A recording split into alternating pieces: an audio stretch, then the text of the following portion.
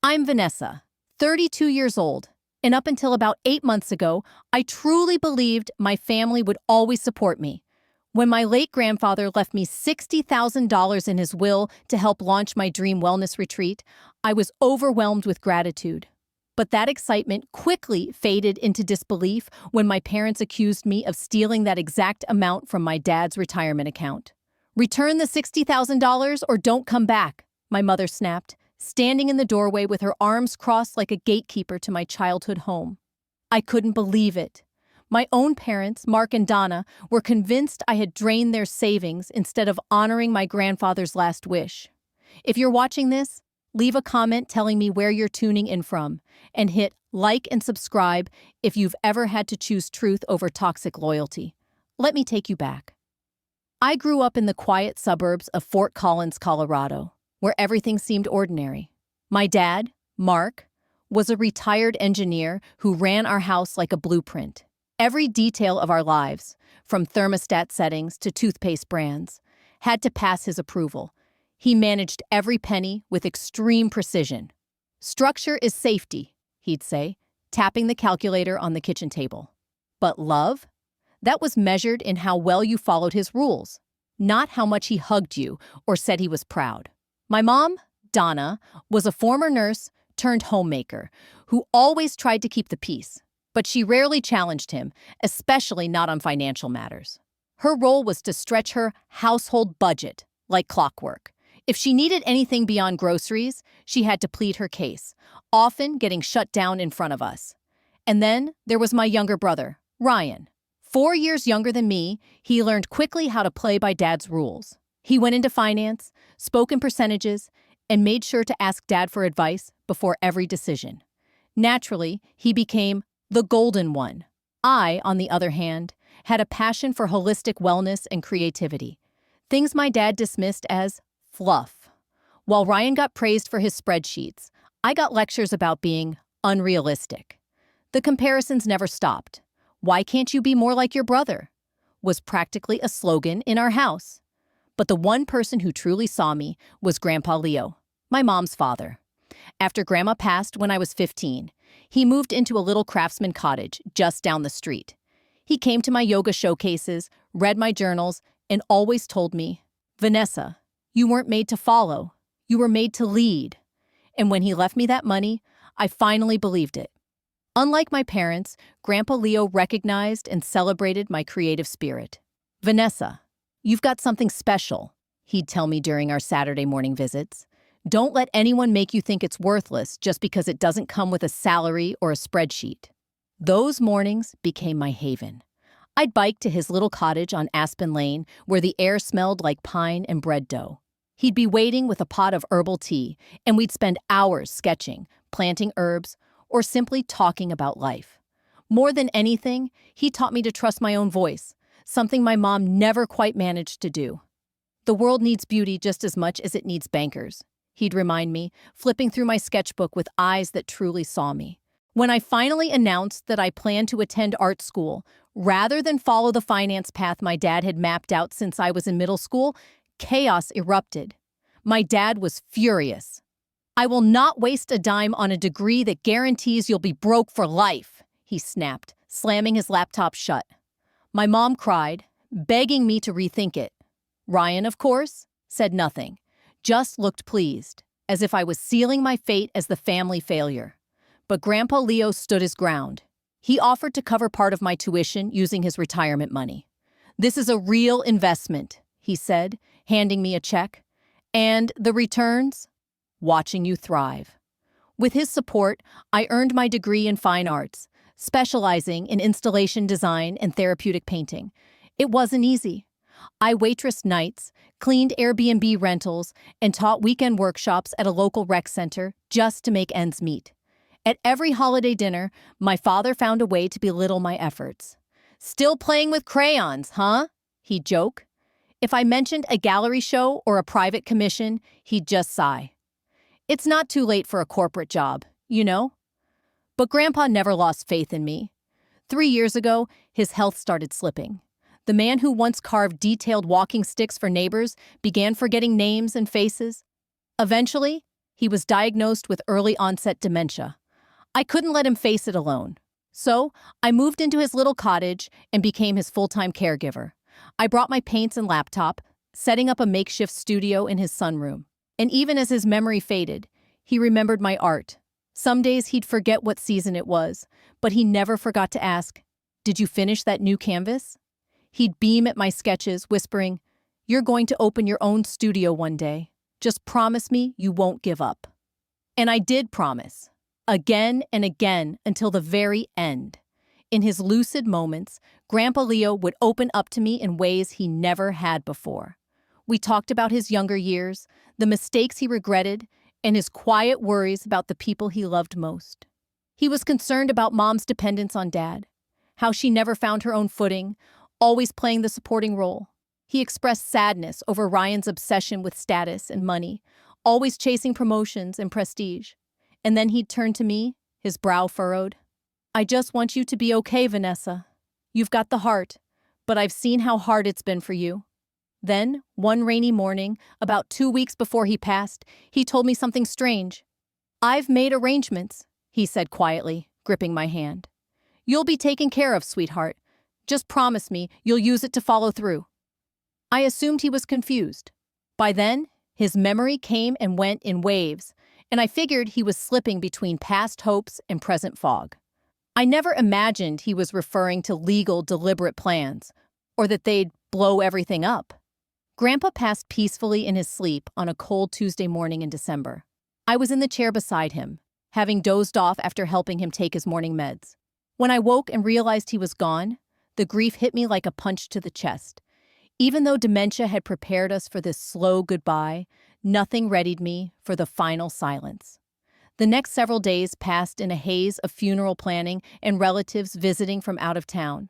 Dad took over the logistics like a general, booking the church, ordering the programs, making checklists. Mom sifted through Grandpa's belongings, methodically sorting piles labeled keep, donate, and trash. Ryan helped coordinate the memorial service catering and ordered expensive floral arrangements without consulting anyone. I, meanwhile, couldn't bring myself to engage. I spent hours alone in Grandpa's greenhouse, sitting beside his bonsai collection, just breathing in the scent of pine and soil. He had been more than a grandfather. He had been my mentor, my shield, and the only person in our family who had ever truly believed in me. 2 weeks later, we met with Grandpa's longtime attorney, Mr. Caldwell, for the reading of his will. I expected a modest distribution between Mom and us grandkids. What I didn't expect was this. To my granddaughter, Vanessa Hope Carter, I leave the sum of $60,000 with the express intention that it be used to establish her wellness and art studio. Her dream, which I have always encouraged. I froze. So did the room. Mr. Caldwell read on. Smaller bequests for Mom and Ryan, plus donations to local nonprofits, but all I could hear was the echo of that number. $60,000. It was life-changing, and when I finally glanced up, the looks I got weren't joy or support. They were accusatory, bitter, and cold. "There must be some mistake," Dad said, his voice clipped. "Leo wasn't in his right mind near the end." Mr. Caldwell calmly replied, "Mr. Carter, your father updated this will a 1.5 years ago, well before his condition declined. He was very clear about his wishes," Mr. Caldwell had said, glancing over his glasses, "especially when it came to Vanessa's inheritance." The drive home from the attorney's office felt endless.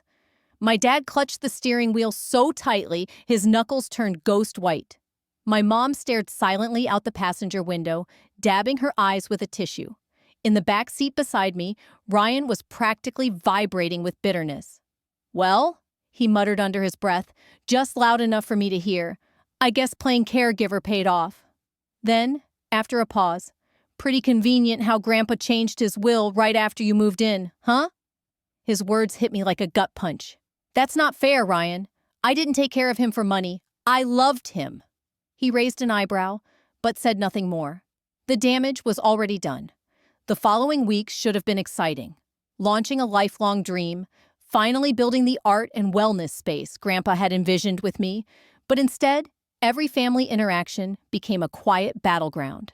My dad made snide comments over dinner like, "So how many sketch pads does 60 grand buy?" Mom seemed more hurt than angry. Over coffee one morning, she sighed. "I just don't understand, Vanessa. I was his only child. I cared for him most of my life. And now, this?" I tried to explain gently. "Grandpa wanted to invest in my future because he knew no one else ever did. He believed in me when no one else did." Her eyes welled up. I regretted the phrasing instantly, but the hardest to face was Ryan. His every word came wrapped in concern, but laced with accusation. "I mean, I know you didn't manipulate him," he said at a family dinner, "but you have to understand how this could look to others." Still, I pushed forward. I toured commercial spaces downtown and found one that felt right. An airy loft in a newly renovated historic building. High ceilings, exposed brick, and wall-to-wall windows that poured in morning light. The rent was within budget, and I met with a small business advisor to sketch out a plan. Part wellness studio, part gallery. A place not just to create, but to invite the community in. I even tried including my family. I invited them to tour the space before signing the lease, hoping they'd see the bigger picture. Mom came, clearly trying to be supportive, though her nerves showed. Dad refused, claimed he had a scheduling conflict. Ryan tagged along, but picked the place apart. "These floors will definitely need refinishing," he said, tapping his shoe against perfectly fine hardwood. "And the HVAC system looks ancient. Are you sure you've budgeted for all that?" I ignored the commentary, signed the lease, and placed the first equipment orders. Grandpa believed in me, and now I would prove he was right. Each transaction felt like a mix of exhilaration and anxiety. I was finally making tangible progress toward my dream, but the weight of my family's disapproval trailed behind every step I took. Then came the first outright accusation. It was during our usual Sunday dinner at my parents' place in Fort Collins, a tradition that had grown more awkward with every passing week since Grandpa Leo's will was read. I was updating them on plans for my studio's grand opening when Dad abruptly shifted the conversation. "Donna's been noticing some strange activity in her checking account," he said, eyes locking onto mine with unnerving focus. "Large withdrawals over the last few months, ones she doesn't recall making." I blinked. The change in tone was jarring. "That's concerning. Have you talked to the bank?" I asked. "We're handling it," he replied sharply. "But I can't help noticing the timing. The transactions began right around the time you received your inheritance." The implication lingered, sharp and poisonous. Ryan raised his eyebrows, but stayed quiet. My mother stared at her plate. No defense, no denial. "Are you actually suggesting I stole from Mom?" I said, sharper than I meant to. Dad shrugged. "I'm not suggesting anything, just stating facts." But he didn't need to say it outright. The message was clear. I left early that evening, too sick to eat, my mind reeling. It was so outlandish it almost felt surreal. I hadn't touched their accounts. I didn't even know the passwords. Why would I ever need to steal from them after receiving $60,000? I hoped it was just paranoia or a passing misunderstanding. I was wrong. Over the next week, the tension escalated. What had been subtle digs turned into blunt accusations. At first, they came from Dad. Vague comments cloaked as concern. But soon, even Mom seemed convinced. Then came the phone call. "We need to talk about the situation," Dad said, voice cool and sharp with that old tone he used when I came home past curfew in high school. "Your mother is very upset. $60,000 is missing from her personal savings, the exact amount Leo left you. That's quite the coincidence, Vanessa."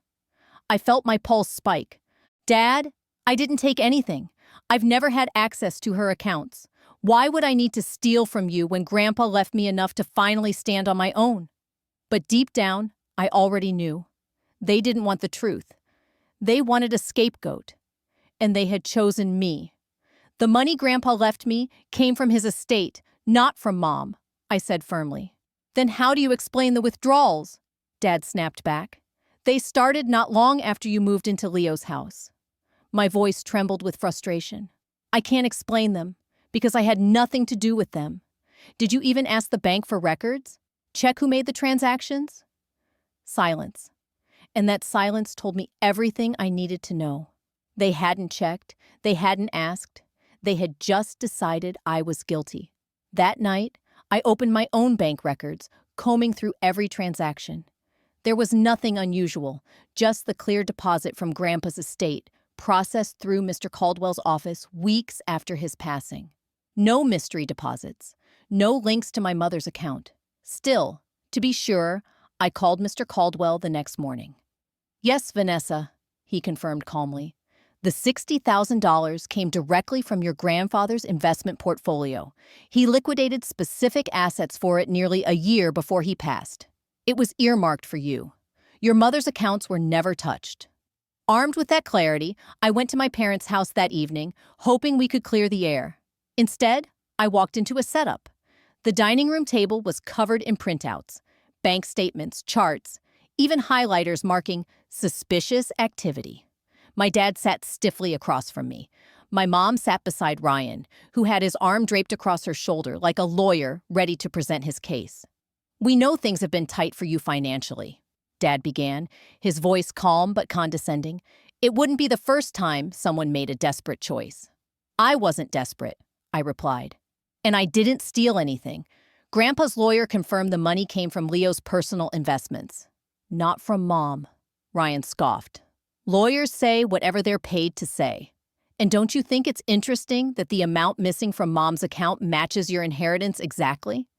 Before I could answer, Mom finally spoke. Her voice was soft, but her eyes were red and rimmed with tears. "I just want to understand. Vanessa, was it because we didn't support your art? Did you feel like you were owed something?" Her words hit harder than all the spreadsheets combined. They really believed it. And no amount of facts, documentation, or logic could fix the crack that had just split our family open. Over the next few weeks, things only got worse. The gossip spread. Aunts, cousins, even old family friends started calling. Some were concerned. Others were outright accusing. "Your Aunt Melissa says she's heartbroken," Mom told me one afternoon. "She really thought you were better than this." It didn't matter that I hadn't done anything wrong. The rumor had grown too loud, and my family had already made up their minds. The constant suspicion began to chip away at me. I developed a gnawing anxiety that kept me awake at night. Some mornings I'd wake up in a full-blown panic, heart pounding, chest tight, like I was drowning in air. My art began to suffer. I couldn't concentrate long enough to finish a sketch, let alone prepare for an opening. I started postponing parts of the studio launch, unsure if I could keep pushing forward while being accused of something I didn't do. My friend Taylor noticed the shift. During one of our weekly coffee meetups at a quiet cafe near Old Town Fort Collins, she studied my face closely. "You look exhausted," she said, not bothering to sugarcoat it. "What's going on?" I hesitated. Then, like a dam bursting, I told her everything. From Grandpa Leo's will to the accusations, to the tense dinner where I'd been blindsided. Taylor, who works as a paralegal, listened without interrupting, her concern deepening as I spoke. "Wait, your parents are accusing you without a shred of actual evidence?" she said. "Have they shown you withdrawal slips, bank footage, anything besides printed statements?" I blinked. "No," I admitted, "just the statements with a few highlighted lines." She leaned forward. "That's not enough. For big cash withdrawals, banks require ID, a signature, sometimes even a second verification. And if it's digital, there's a trail. It sounds like they've jumped to conclusions without actually investigating." Her words snapped me out of the mental fog. I'd been so busy defending myself that I hadn't thought to ask them to prove anything. The next day, I visited my mother's bank branch, hoping to get some answers. I wasn't authorized on her account, but I explained to the branch manager, Ms. Rodriguez, that my mom was confused about certain withdrawals and I was trying to help her get clarity. Ms. Rodriguez was cautious but polite. "For withdrawals of that size," she said, "we require ID, and the account holder must be present. We also keep records, signature cards, transaction logs, and in some cases, security footage." "Could someone else, like my father or brother, make those withdrawals?" I asked. She shook her head. Only if they're legally authorized on the account, or if your mother accompanied them and approved the transaction in person. That stopped me cold. Mom's personal savings account was separate. It held an inheritance from her father. Money Dad had never been able to control. He had even grumbled about it in the past. But then I remembered something else. Ryan. He had been the one driving her to appointments, picking up prescriptions, running errands, ever since I had moved in with Grandpa. And suddenly, I began to wonder, had they been looking at the wrong person all along? Could Ryan have used those outings with Mom to access her account? I didn't want to leap to conclusions the way my parents had done with me, but the thought wouldn't go away. Around the same time those mysterious withdrawals began, Ryan suddenly upgraded his lifestyle. He traded in his old sedan for a sleek new SUV. Nothing outrageous, but far more than his teacher's salary could justify. He also started wearing designer watches and casually name-dropping luxury brands in conversation. I brushed it off at first. Maybe he'd saved more than I thought. Maybe he'd gotten a bonus. But then I remembered something Grandpa Leo once said during one of his clearer moments, months before he passed. Watch your brother when it comes to money, Vanessa. He likes the finer things, just doesn't always know how to afford them. At the time, I thought it was just Grandpa venting or being overly cautious. But now, his words echoed differently. Still, I didn't want to accuse Ryan without proof. Instead, I got to work collecting mine. I requested full copies of my own bank statements for the past 12 months to confirm there were no suspicious or unexplained deposits. I even met with Taylor again for guidance on what to do if my parents kept pushing their narrative. Document everything, she advised. Every comment, every accusation. If they're telling the rest of your family you stole from them, that's not just family drama. That could be considered defamation. So I began keeping a detailed journal. Each conversation, each text, every passive-aggressive jab, it all went in. And what I found was disturbing. My parents started rewriting history, insisting we'd had conversations that never happened, or misrepresenting what I'd said in earlier discussions.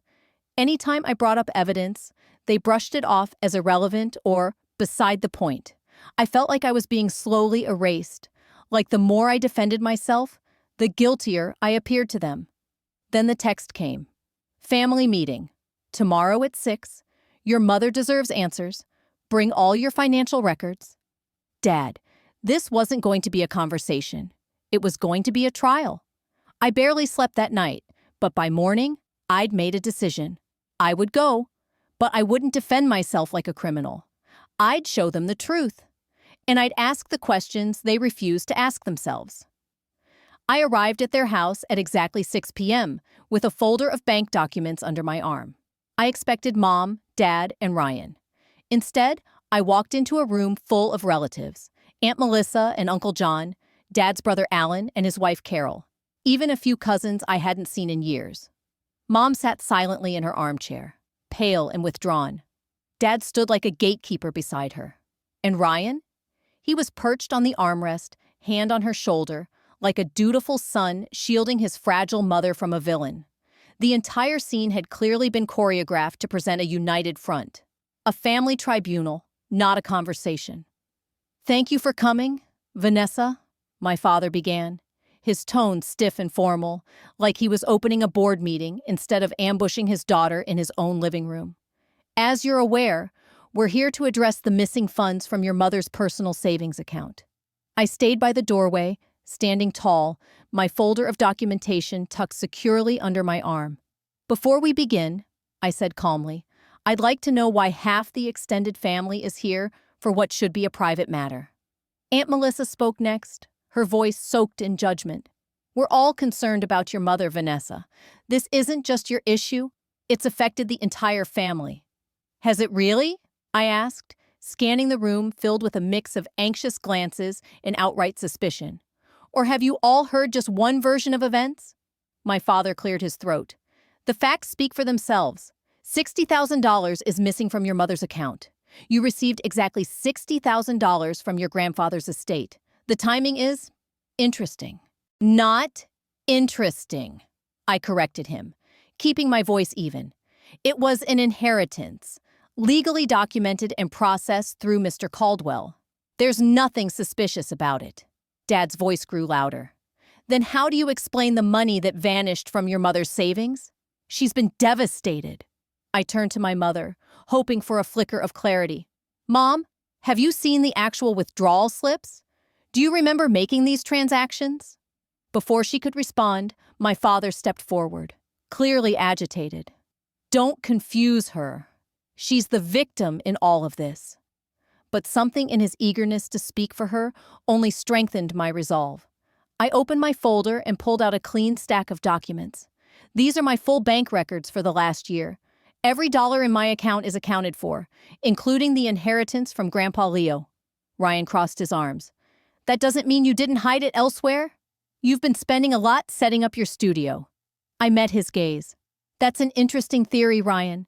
But if we're talking timing, let's also talk about your brand new SUV, or those designer watches you've been flashing lately. Didn't they show up right around when the withdrawal started? The room fell dead silent. Ryan's face flushed, then paled.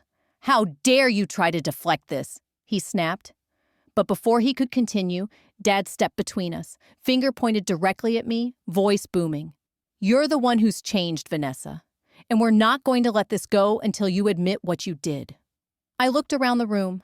My mother still wouldn't meet my eyes, but I wasn't backing down. Not this time. Return the $60,000 or don't come back, my father shouted, his composure finally shattering. We've given you every chance to make this right. Ryan jumped in right behind him, voice sharp. You took Mom's money, Vanessa. Everyone here knows it. The room erupted. Relatives began talking over each other, some in shock at the outburst, others nodding in grim agreement. My mother sat trembling in her chair, tears running silently down her cheeks. The chaos was suffocating. Uncle Alan, ever the peacemaker, tried to intervene. Let's just take a breath. This could all be a misunderstanding. But Dad cut him off. There's no misunderstanding. The money's gone, and the timing speaks for itself. I held my ground. What evidence do you actually have? I asked, my voice steady but firm. Other than marked-up bank statements, what proof is there? Has anyone investigated where that money really went? Silence. Even Dad faltered for a moment, glancing away. I didn't take Mom's money, I said, looking each person in the eye. And I'm not going to confess to something I didn't do just to preserve family harmony. If you're serious about finding the truth, maybe you should start looking a little closer to home. I turned, walked out, and didn't look back, even as voices called after me. As I drove through the snowy Fort Collins streets, my hands trembled on the steering wheel. My chest felt tight, not just from the confrontation, but from the deep, painful truth I could no longer ignore. My own family had chosen a convenient lie over me. That night, I called Taylor and told her everything. She didn't hesitate. You've got to stop playing defense, she said. If they're going to accuse you out loud, you need to clear your name out loud. And if someone else is responsible, they need to be exposed. I hesitated before speaking the thought that had haunted me for days. You think it's Ryan, don't you? Taylor was careful. I think the circumstances raise serious red flags, but suspicion isn't enough. You need hard proof. When I woke the next morning, I felt something I hadn't in weeks. Clarity. I wasn't going to let their narrative crush my future. If they wanted war, I was done bringing peace offerings. With nothing left to lose, I reached out to a trusted friend from college, Brandon, now a licensed private investigator. He listened patiently as I explained the situation. Then he said just 2 words, I'll help. Our first step, tracking the actual withdrawals, legally, and identifying who had access. The truth was out there, and I was finally ready to find it. If you've ever had to stand your ground against people who should have stood beside you, don't forget to hit that subscribe button and stay tuned. The truth Vanessa uncovers in the next chapter will change everything. If those withdrawals were done in person, Brandon explained, there'll be signature records. Most banks also have cameras at teller windows. We might even get footage of who made the transactions. While Brandon followed that lead, I turned my focus to Ryan's recent spending. It wasn't hard to track. His social media was practically a catalog of luxury. Through posts, tagged photos, and a few quiet conversations with mutual acquaintances, I compiled a list of purchases over the last 6 months.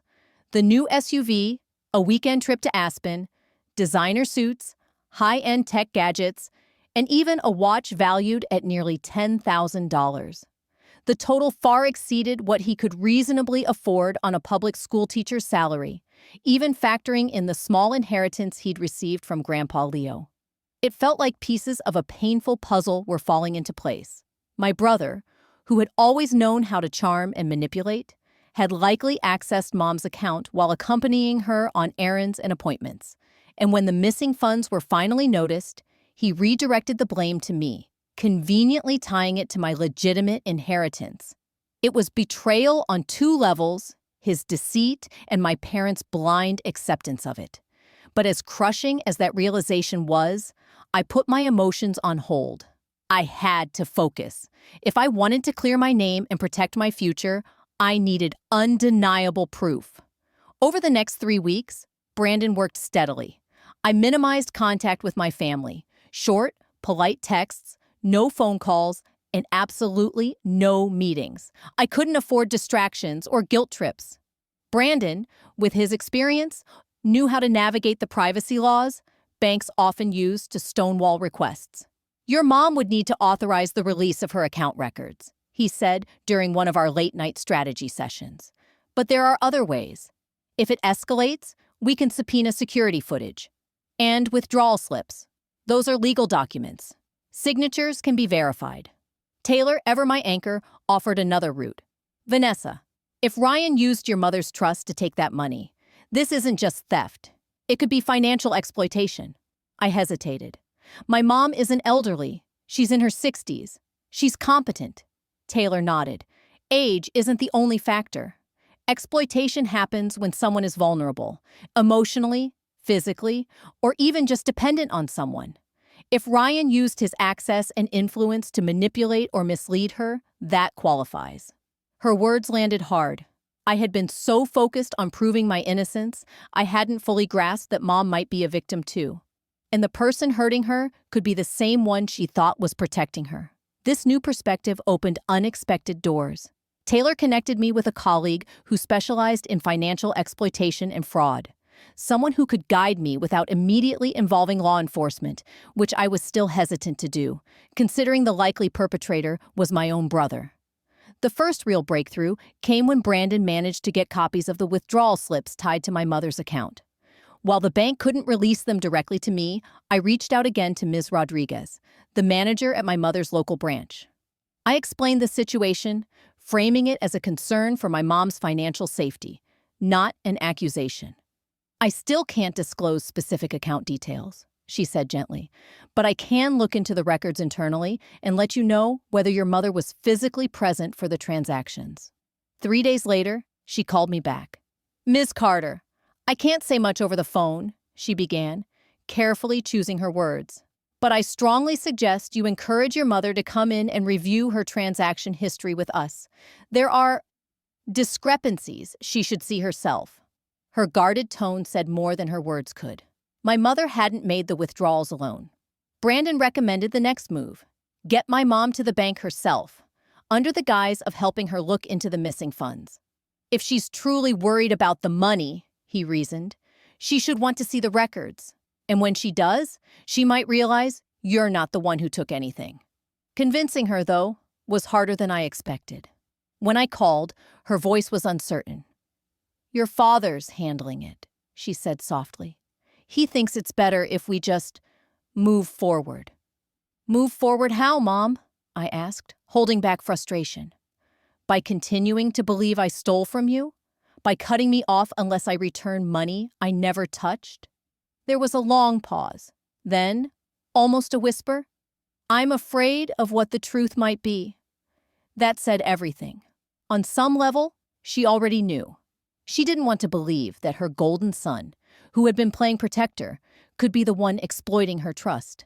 It was easier to blame the daughter who had always stood on the outside. Since she wouldn't act, we pivoted to Plan B. Using a contact in the bank's security division, Brandon obtained limited security footage of key transactions. The recordings weren't comprehensive, but they were enough.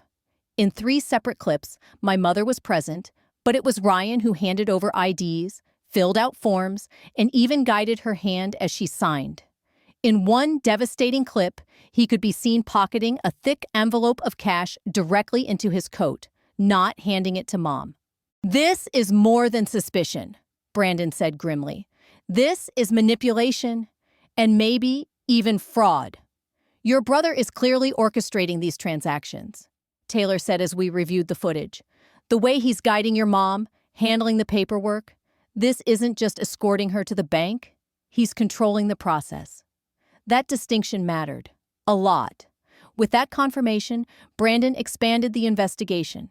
He cross-referenced the withdrawal dates with Ryan's major purchases, and the pattern was undeniable. $20,000 withdrawn 3 days before he bought his new SUV. $5,000 the day before he purchased a luxury watch. Another $15,000 just before he posted photos from a weekend trip to Aspen. But the most damning piece came when Brandon obtained transaction data showing deposits into Ryan's personal account that matched the withdrawal amounts from my mother's savings, often on the same day. The money trail wasn't just suspicious, it was conclusive. By the time we wrapped the investigation, I had a thick file of evidence: bank statements, security footage, purchase receipts, and a timeline that mapped Ryan's spending to every missing dollar. The case built itself. "So what's next?" Taylor asked, flipping through the finished file. "Go to the police?" I hesitated. On paper, Ryan deserved charges, but this wasn't just about punishment. It was about clearing my name and forcing my family to see the truth they had refused to even consider. "No," I said. "Not yet. First, I confront them. Publicly. They accused me in front of everyone. I want the same audience when I set the record straight." "Just be prepared," Taylor warned. "When people believe a lie for long enough, they don't give it up easily, even when the truth is staring them in the face." "I know," I replied, "but I have to try. For myself, for Mom. Because if Ryan's done this once, he'll do it again unless he's stopped." I spent the next 24 hours prepping, sorting evidence, rehearsing my words.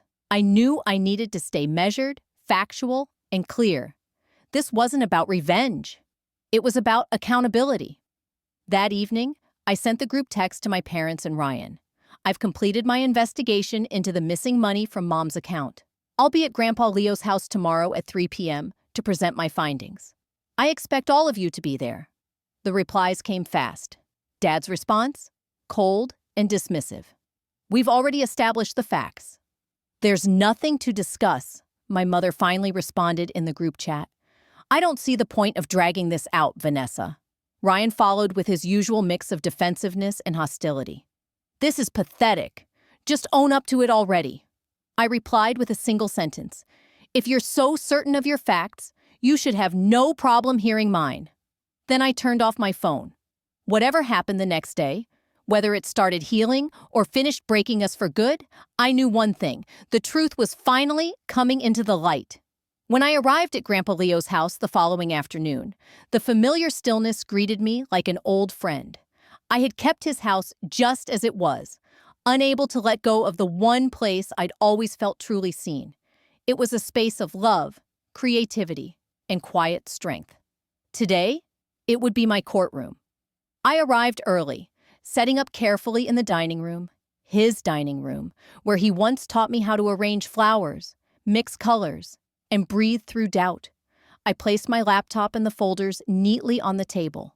Evidence, truth, closure. In my head, I heard his voice. "Stand your ground, Vanessa. The truth matters." At exactly 3 p.m., the doorbell rang. I inhaled deeply, walked to the door, and opened it. My parents stood on the porch. Dad looked annoyed, Mom unreadable. Behind them, Ryan looked tense, a far cry from the cocky version of himself I'd known for years. "Thanks for coming," I said evenly, stepping aside to let them in. "We'll talk in the dining room." No one said a word as they filed inside. My mom's eyes darted around, the weight of childhood memories likely clashing with the discomfort of the present. Dad's jaw was locked, clearly preparing to bulldoze whatever I had to say. Ryan kept his gaze low, glued to the floor like it held answers. We sat. Without waiting, Dad launched in. Let's keep this short. We've all been more than patient with your denials. Your mother deserves closure. So does the family. I agree, I said, voice calm. Which is why I spent the last 3 weeks gathering actual facts about what happened to Mom's money. Ryan scoffed, but his usual sharpness was missing. Playing detective doesn't change what happened. I turned toward him. What happened, Ryan? That $60,000 vanished from Mom's account just as Grandpa's inheritance hit mine? That's not a fact. It's a coincidence you exploited to shift blame. Dad opened his mouth to cut in, but I raised my hand. I've been quiet while all of you accused, judged, and nearly disowned me. Today, you're going to listen. Now it's my turn to speak, I said, my voice even, and I expect the same courtesy you demanded from me. To my surprise, Dad fell silent.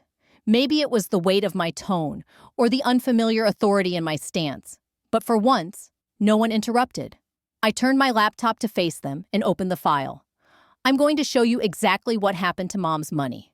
Let's start here. I slowly placed 3 bank withdrawal slips on the table, each one carefully laid out so they could see the details. These slips represent $60,000 withdrawn from Mom's personal savings account. Mom leaned in hesitantly, studying them. Those are my signatures, she said quietly, glancing toward Dad as if seeking reassurance. Yes, I nodded. But now, look at this. I hit play on the first security video clip. The footage showed Mom and Ryan at the teller window. In the frame, Ryan could be seen gently guiding Mom's hand as she signed the slip. Moments later, he accepted the cash from the teller and placed it directly into his coat pocket. The color drained from my mother's face. My father said nothing. His jaw clenched, his hands frozen on the table. Ryan shifted uncomfortably, his eyes flicking toward the door. This is just one example, I continued. Every withdrawal lines up with a deposit into Ryan's personal account on the same day. I moved through the presentation steadily, methodically laying out the evidence. Bank statements showing the withdrawals from Mom's account. Deposit slips into Ryan's bank account for matching amounts. Credit card records showing luxury purchases, the new SUV, the watch, the Aspen trip, all made just after the deposits. A detailed timeline aligning every transaction. But the most compelling evidence, I said as I opened the final file, is this. It was a compilation of the bank surveillance footage, 3 separate transactions, each showing Ryan accompanying Mom, managing the paperwork, and pocketing the cash himself. When the last video ended, the room was silent. Mom had tears slipping down her cheeks. Dad sat like stone, blinking slowly, processing what he'd just seen. And Ryan? He finally spoke. This isn't what it looks like, he said, voice high and tight. Mom agreed to help me out. It wasn't theft. It was a loan. Tell them, Mom. My mother shook her head slowly, devastated. I never agreed to give you $60,000, Ryan. You said you needed help with rent a few times. Small amounts. Not this. But you signed the withdrawal slips, Ryan snapped. Because you filled them out first, she said, her voice barely above a whisper. You told me it was routine. Because you told me it was for something else, my mother whispered, her voice shaking. You said the withdrawals were for investment opportunities, for my retirement. My father, who had remained uncharacteristically silent throughout my presentation, finally spoke. Why, Ryan? His voice cracked with emotion. Why would you do this? And why would you blame your sister? For a moment, the room was still. Then Ryan's composure cracked, and years of buried resentment came spilling out. Because she always gets everything, he snapped, his voice loud and bitter. The art talent, Grandpa Leo's special treatment, and then that inheritance. What about me? I did everything right, followed the rules, chose the safe career, and I'm still drowning in student loans. Meanwhile, she gets $60,000 handed to her to play with paints and incense burners. I stared at him, stunned. So you stole from Mom? I said quietly, and let the entire family believe I was a thief? He deflated slightly. I didn't plan to. I just needed a little help. It was supposed to be temporary. But then the account numbers lined up, and when Dad noticed the missing funds, it was so easy to point to your inheritance. The timing was perfect. My father stood abruptly, rage and betrayal warring in his expression. "We're going to the bank right now to verify all of this. Then we're going to the police." "No!" Ryan cried, suddenly panicked. "You can't. It would ruin everything. My job, my future." "You should have thought of that before stealing from your mother and framing your sister," Dad snapped. I had expected to feel vindicated in that moment, maybe even triumphant. But all I felt was a deep, quiet sadness for what our family had become. "Before you decide on any legal action," I said softly, "there's something you both need to hear." They turned to me, faces raw with guilt and shock. "This isn't just about the money," I continued. "It's about trust. Ryan violated Mom's trust. But you?" I looked at both of them. "You broke mine. You assumed the worst. You threatened to cut me off. You shared those accusations with our relatives without even asking me if they were true." Mom sobbed openly now. Dad looked down, ashamed. "I didn't steal anything," I said clearly, "and I won't be returning my inheritance. Grandpa Leo gave me that money to build a better future, and I fully intend to honor that." I closed my laptop and slid the evidence back into its folder. "All the documentation is here if you want to take it further. That's between you and Ryan, but I won't be part of it. I've done my part. I brought you the truth." As I stood to leave, my father reached for me. "Vanessa, wait. We owe you an apology." "Yes," I replied gently. "You do, but I'm not ready to hear it. I need time." My mother looked up at me through her tears. "Will you ever forgive us?" I paused in the doorway of Grandpa Leo's house, hand resting on the frame. "I don't know," I answered honestly. "That depends on what happens next. Not just your words, but your actions." Then I walked out, leaving behind the shattered pieces of a family that had once been my foundation, and the burden of proving my worth to people who should have known it all along. For the first time in months, I felt the pressure ease. I had stood my ground, protected my name, and reclaimed my future. Whatever came next, I would face it with clarity, and on my own terms. In the weeks after that confrontation, the silence from my parents was louder than any apology. I had expected calls, emotional texts, maybe even a plea for reconciliation. But there was nothing, except a single, terse message from my father. "We've decided not to press charges against Ryan. For your mother's sake. He's agreed to repay the money and begin counseling." I didn't reply. I needed space. Space to grieve what I had lost and rediscover what I still had.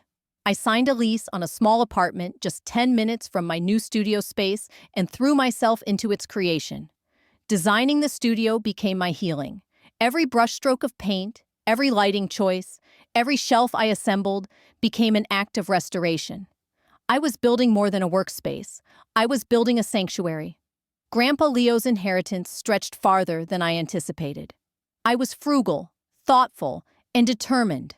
I created a bright, welcoming studio that was both artistic and professional, with enough left to fund operations for nearly a year and a half. That runway gave me breathing room to grow, to build, to succeed. 2 months after that final confrontation, I opened the doors of Carter Art Studio and Gallery. I had debated changing the name to distance myself from the past, but in the end, I kept it. I may have been hurt by my family, but I wasn't going to let them erase the part of my identity I still cherished. My bond with Grandpa Leo. The opening reception was more than I'd hoped for. The space buzzed with energy as artists, friends, and neighbors filled the gallery. Several of my pieces sold that night, and I landed 2 commissions for local offices. But more than the success, I felt something deeper: belonging. I was surrounded by people who valued creativity and authenticity. My parents and Ryan were not there. I had sent invitations out of courtesy, but I hadn't expected them to come. And honestly, I was relieved. This night wasn't about them. It was about me and the life I was finally, fearlessly building. I began collaborating with other local artists on group exhibitions and community outreach projects. Slowly, my studio evolved into more than just a creative space. It became a hub for connection among artists, students, and neighbors here in Fort Collins. Through all of it, my healing quietly continued. At Taylor's suggestion, I started seeing a therapist, Dr. Martin, who specialized in family trauma. Her calm, grounded presence helped me navigate the layers of betrayal I was still unpacking.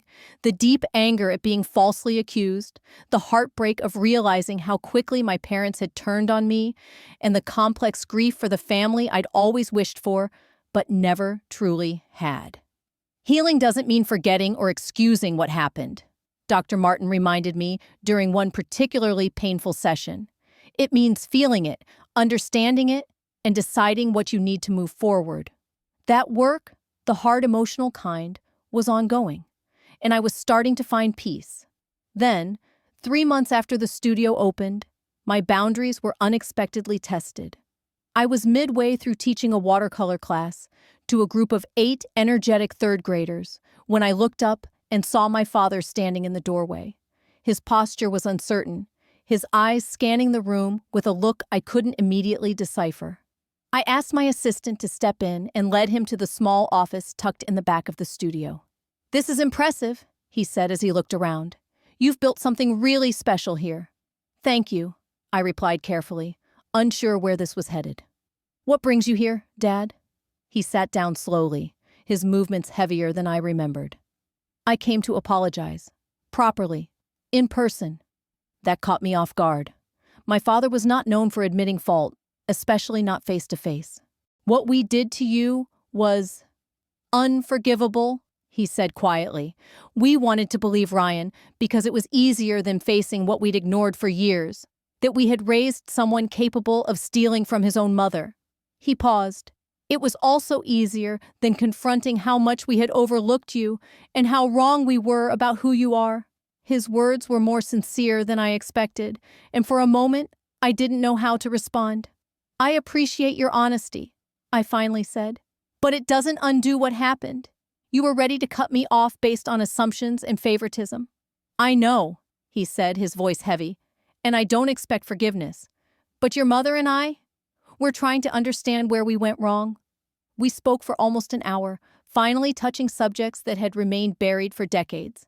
He even acknowledged that his controlling approach to money had created the perfect storm that Ryan had exploited, and how belittling my art had damaged our bond long before this crisis. And most surprisingly, he told me this: "You didn't just defend yourself, you did it with integrity. I admire that." "You showed more strength and integrity than any of us," my father said quietly as he prepared to leave my studio that day. "Your grandfather would be proud." That conversation didn't instantly fix everything between us, but it opened a door I thought had been permanently shut. Over the following months, we began the slow, careful process of rebuilding. My mother started writing me letters, not just apologies, but memories. Stories about Grandpa Leo, her own childhood, and things she had never shared before. In one letter, she wrote, "Your grandfather always encouraged me to pursue painting, but I gave it up to become a nurse. It seemed safer, more stable. I think that's why he believed in your work so fiercely. He saw in you the courage I didn't have." Reading that, I understood her better, and in a strange way, I felt closer to her than I had in years. Rebuilding trust wasn't easy. There were hard conversations, old patterns that tried to creep back in, and emotional landmines we didn't always avoid. But there were also moments of breakthrough, like when Mom nervously attended one of my adult weekend workshops and painted for the first time in decades, or when Dad asked about my business plan, offered advice, and, most importantly, respected my decisions. Ryan remained the complicated thread. After the confrontation, he moved to Chicago, keeping a respectful distance. According to Mom, he was in therapy and trying to take responsibility for what he'd done. But I wasn't ready to reconnect. Some boundaries still needed to stay in place. As I approached the end of my first year running Carter Art Studio and Gallery, I found myself reflecting deeply. The inheritance Grandpa left me, the thing that nearly tore my family apart, was never really about the money. It exposed cracks that had been there all along. But in doing so, it also gave us the chance to face them, to grow, to change. My studio was thriving. I had expanded class offerings, brought on 2 part-time assistants, and continued to evolve my own work. Themes of resilience and rebirth had taken center stage in my latest series, and collectors were beginning to take notice. But more than sales or recognition, I had gained something else: clarity. When I had been falsely accused, I didn't break, I didn't bend. I stood my ground, demanded truth, and reclaimed my story.